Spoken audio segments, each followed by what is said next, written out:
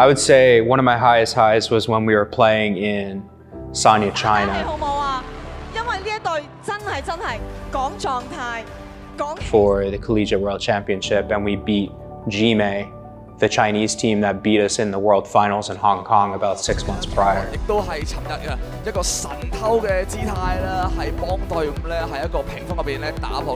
Beat them pretty decisively and see the players on stage like hugging it out in front of a couple thousand people at this big venue in China. It all just kind of hit me at once, like, wow, we're really doing. You know, that was an incredible experience. I don't think you know, that'll ever be replicated.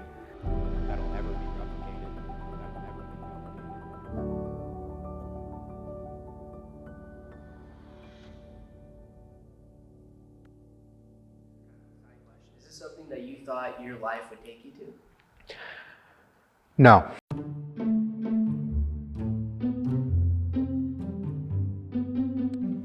Well, my name is Tanner Deegan. The esports world knows me as Zoo, and I'm a competitive professional League of Legends coach for the past 5 years, primarily at the collegiate and amateur level. This is not where I expected my life to take me.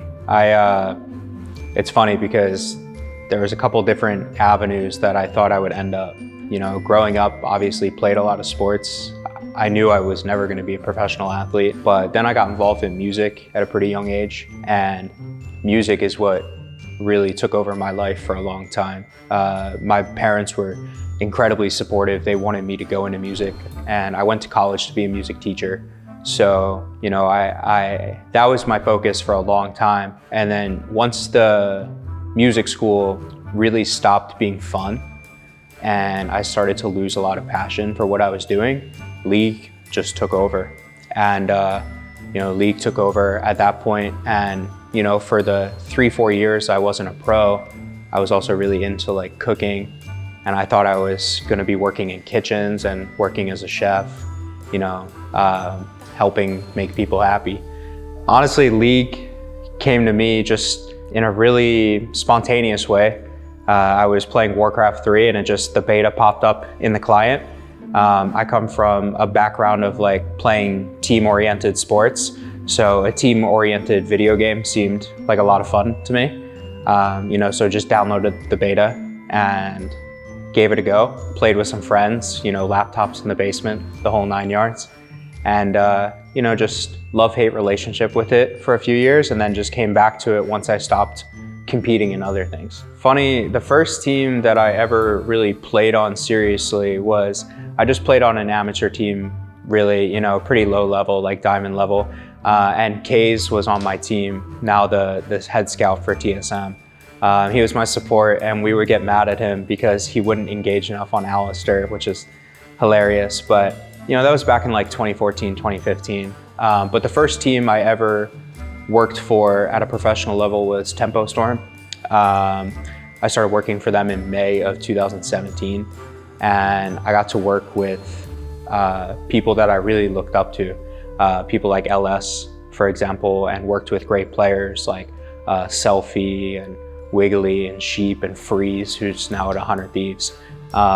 You know, and once I got my first professional taste of that, even though I was at like a really low level role, I was just hooked, and I knew I had to do it for forever.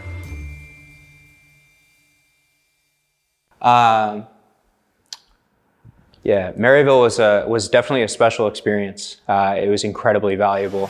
Gonna get tied up in the fight breaking out. He does get the shot down, but Kaisa will die, and it's Wolfie now. Gonna grab himself a double kill. Gorica dead, the next one to fall. You know, a lot of high highs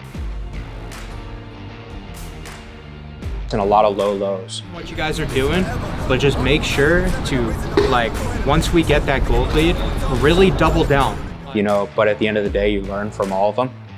And I have some memories from Maryville that will never be replaced. Receive the check from our guests. Congratulations. You know, and I have some of the best times of my life competing with that program. And even though things didn't really work out in Maryville, you know, I came out of it feeling really confident in my ability, you know, and really confident in myself to lead the next place I was going to be. You know, first off, joining a new program for the first time in about 3 years, it's definitely, you know, there's definitely got its challenges. It's got its pros, it's got its cons, but I think the main thing for me that I'm most excited about is I can take everything I've learned for the past 5-6 years and apply it fresh to this program.